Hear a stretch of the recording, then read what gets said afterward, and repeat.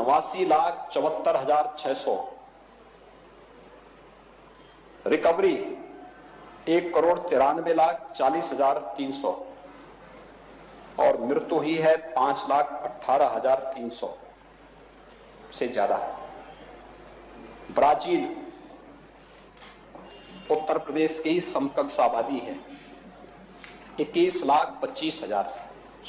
करोड़ 25 लाख की आबादी है ब्राजील की। संक्रमित हुए 1,03,26,000, रिकवरी हुई है 92,81,000 और मौत हुई है 2,50,000। ये है आपके सामने जो उत्तर प्रदेश के अंदर कोरोना प्रबंधन का कार्य हुआ है। इस सब के बावजूद भी अगर आप प्रश्न उठा रहे हैं और अपने कोरोना वॉरियर्स के प्रति, स्वास्थ्य कर्मियों के प्रति कृतज्ञता ज्ञापित करने की बजाय हम उनको कटघरे में खड़ा करने का प्रयास कर रहे हैं, तो इससे बड़ी कृतज्ञता और क्या हो सकती है। ये समय है जब हम एकजुट होकर के इस महामारी के खिलाफ चल रहे इस अभियान का हिस्सा बन सकते हैं। और उत्तर प्रदेश के तो हर नागरिक को गौरव की अनुभूति करनी चाहिए कि हमारा हर नागरिक सुरक्षित है। आज भी हम लोगों के यहां बहुत अच्छे ढंग से इसको हम लोगों ने नियंत्रित किया है। कल 2 जगह मामले आए थे, एक लखनऊ के लामार्ट में और एक प्रयागराज के सेंट जोसेफ स्कूल एवं YMCA स्कूल। ये हमारे फोकस जो टेस्टिंग का वो है उसका परिणाम है कि हम एक एक जगह ढूंढ रहे हैं और इसमें छात्रों का नहीं, इन संस्थाओं के कर्मचारियों में कोविड पॉजिटिव पाए गए थे। हर एक स्तर पर हम लोग जांच करा रहे हैं। आज भी आप देख रहे होंगे 1.25 लाख से लेकर 1.5 लाख जांच प्रतिदिन सरकार की चल रही है, लगातार चल रही है, सारी जांच फ्री में चल रही है। और आज तो हमारे लिए और भी प्रसन्नता का विषय है, प्रधानमंत्री जी ने कल, केंद्रीय कैबिनेट ने इस बात को भी घोषित किया है कि 60 साल से ऊपर के लोगों को मार्च प्रथम सप्ताह से वैक्सीन लगने प्रारंभ हो जाएंगे। 15 मार्च के आसपास मार्केट में भी ये टीका आ सकते हैं। जो लोग मार्केट से खरीद के लगाना चाहेंगे उनके लिए भी एक गाइडलाइन, सारी चीजें तैयार हो रही हैं और एक व्यवस्थित रूप में सारे कार्यक्रम को आगे बढ़ाने का कार्य हो रहा है।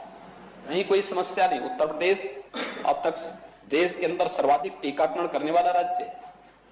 आगे भी हम इसी प्रकार से इस कार्यक्रम को आगे बढ़ाएंगे। सबसे अधिक टेस्ट हमने कराए, सबसे अधिक बेड्स भी हमने उपलब्ध करवाए, सबसे अधिक टीकाकरण के कार्यक्रम को हम युद्ध स्तर पर आगे बढ़ा रहे हैं।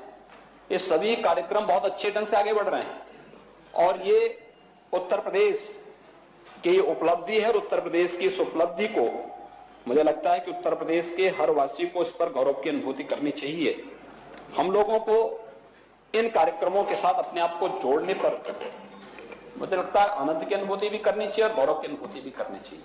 प्रत्यक्ष अप्रत्यक्ष रूप से हर व्यक्ति इसके साथ जुड़ा रहा है, इसलिए सफलता मिली। ये टीम वर्क का परिणाम है। हर एक स्तर पर हर एक व्यक्ति इसके साथ जुड़ा तो सफलता प्राप्त हुई। तो सफलता का श्रेय भी राज्य के साथ लेकर के हमें इसको आगे बढ़ाना चाहिए। कोविड कालखंड के दौरान हमारे लिए बहुत गौरवशाली क्षण भी थे। हम लोग बार बार कहते थे, राम काज कीन्हे बिनु मोहि कहां विश्राम। अयोध्या में भगवान राम के भव्य मंदिर के निर्माण कार्य का भी शुभारंभ हो गया। भगवान राम का भव्य मंदिर 592 वर्षों की भारत की जो आस्था थी, देश और दुनिया के अंदर जो भी व्यक्ति भारत को उस रूप में देखना चाहता था वह इस बात का इंतजार कर रहा था कब ये दिन आएगा। कई पीढ़ियां चली गई, लेकिन कई पीढ़ियों के बाद ये सौभाग्य हमें प्राप्त हुआ। अयोध्या में भगवान राम के भव्य मंदिर के निर्माण कार्य का शुभारंभ आदरणीय प्रधानमंत्री जी के कर कमलों से हो, पूज्य संतों की उपस्थिति में हो, और वह कार्य युद्ध स्तर पर आगे बढ़ रहा। हर व्यक्ति इसमें बढ़ चढ़ करके भाग ले रहा है। भारत के लोकतंत्र की विजय है। भारत के न्यायपालिका की ताकत का एहसास दुनिया ने देखा है। जो लोग कहते थे कि अयोध्या में फैसला होगा तो ये कर देंगे, वो कर देंगे,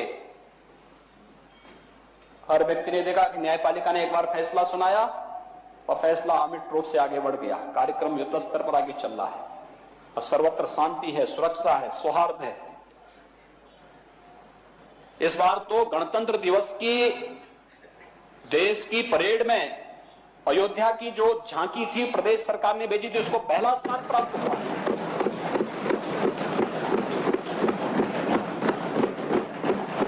अयोध्या में दीपोत्सव का कार्यक्रम पूरी भव्यता के साथ संपन्न हुआ।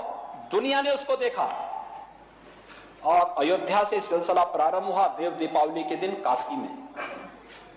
काशी के बाद ये कार्यक्रम अब माघ मेले के रूप में देखने को मिल रहा है। माघ मेला में आप जाइए ना, कितनी भव्यता के साथ, लाखों की संख्या में श्रद्धालु जन भी हैं, संत जन भी हैं। और माघ मेला के साथ ही हम लोग वृंदावन की वैष्णव बैठक, कुंभ पूर्व वैष्णव बैठक के कार्यक्रम को पूरी भव्यता के साथ वहां पे संपन्न करते हैं। कोविड के इस दौरान ही हमें गुरु गोविंद सिंह जी महाराज की साहिबजादों के बलिदान दिवस के कार्यक्रम को भी मनाने का सौभाग्य प्राप्त हुआ।